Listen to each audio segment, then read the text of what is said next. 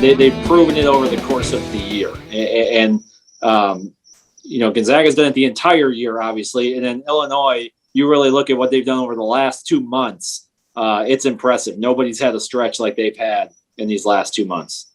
No, they are definitely trending. And Steve, you had the same. And Steve chose Illinois.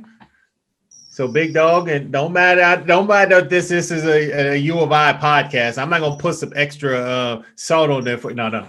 Who you think?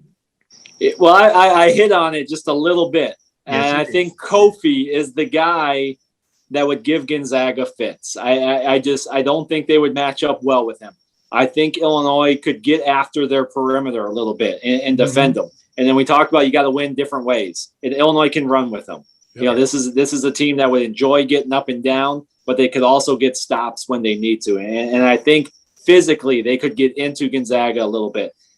I really believe that Illinois is the one team that can beat Gonzaga. And when you kind of match it up spot for spot, I just don't see any other teams that could beat them in those positions. I think they've got the advantage inside, and I think they've got good enough guards that they can match that perimeter and neutralize that a little bit. So I would take Illinois in that battle. And I don't want to sound like a homer, but I think third time's a charm. There's some things that Illinois does well that I don't care where you play, what court you play, whether you would play in pickup basketball or you playing in the NBA Finals, it doesn't matter. They rebound the basketball. There's not very many teams that can come close to rebounding the way they do. And not just Kofi. Their guards rebounding the basketball. Andre Cabello almost had a triple-double this year with rebounds. Ayo Dosunmu put up 2. There's no other player in the country that has had 2 in the same year this year. And then not to mention DeMonte, Granderson, all those guys crash and hit the boards. There are very few teams that can get out and run with them.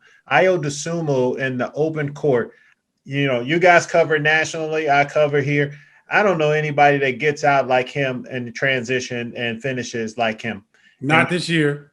Yes. He's the fastest. Yes. And then we talked about Kofi in the middle. Rebounding, transition, and being able to play multiple ways, I think wins Illinois this championship this year. And that'll be the first in the history for us as a university. But, man, I tell you guys, I don't know how much fun you had, but I had a shitload of fun doing this. So I appreciate you guys hopping on Champaign on Ice with me. As always, I always like to give my guests the last minute on the mic. So we're going to go with you first, Sean, and then we're going to let the vet close it out. Whew, man, I just, excited for the NCAA tournament. And obviously, being the Illinois alum, just proud of where they've come. And, we're talking, just breaking them down. I think another thing is, think about when's the last time they've been down in a game, like not just a couple points, but just like down in a game. It seems like they are jumping on teams right from the jump. They always have a lead. It feels like the other team is always trying to get their way back into the game. And Illinois played so well here down the stretch. I feel like sometimes it feels like a close game when it's 6, 8, 9 points, because that's how well they're playing. And you're like, what's the problem? We're only up 7. We're only up 8. So that's how well this team has played over the last month and a half. It's been impressive. I'm excited for it. It's going to be a fun run to watch them play. And, there's no better time of the year than the NCAA tournament. So just sit back, relax, and enjoy.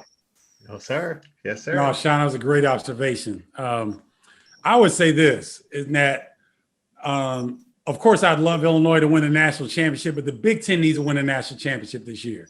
Yes. You can't keep calling yourself the best conference in the country, and you've gone over 20 years without a national championship, right? Regular season prowess is cool, but every other major Power 5 conference has had a championship since the Big Ten has had a championship. So if Illinois and Ohio State get to the Final Four and Ohio State beats Illinois, boy, I am rooting like heck for Ohio State, because the conference, from a national perspective, needs a national championship. You just can't keep saying, okay, we're the best conference, but we're coming up short in March. Well, that doesn't vibe. So that's why it's so exciting that Illinois is in the mix for that. MGM said that the most money right now is on the Illini nationally. Wow. So we're not being homers, fellas. Everybody else sees what we see. They may not see the nuances that we see, but the most money in Vegas right now is on Illinois. So I think the way that they've played, the way they've come on down the stretch, the way that they played when Io got hurt, and then he came back and looked like, Batman with the mask, and he's got half the country wearing black masks, trying to look like him. I mean, it's reminiscent of 2005, of 1989. And I'll leave you with this statistic. 1989, Illinois' #1 seed in the Midwest, get to the Final Four, lose last second shot. 2005, Illinois' #1 seed in the Midwest, national title game, Luther head 3 from beating North Carolina. The next step is for Illinois to cut down the nets.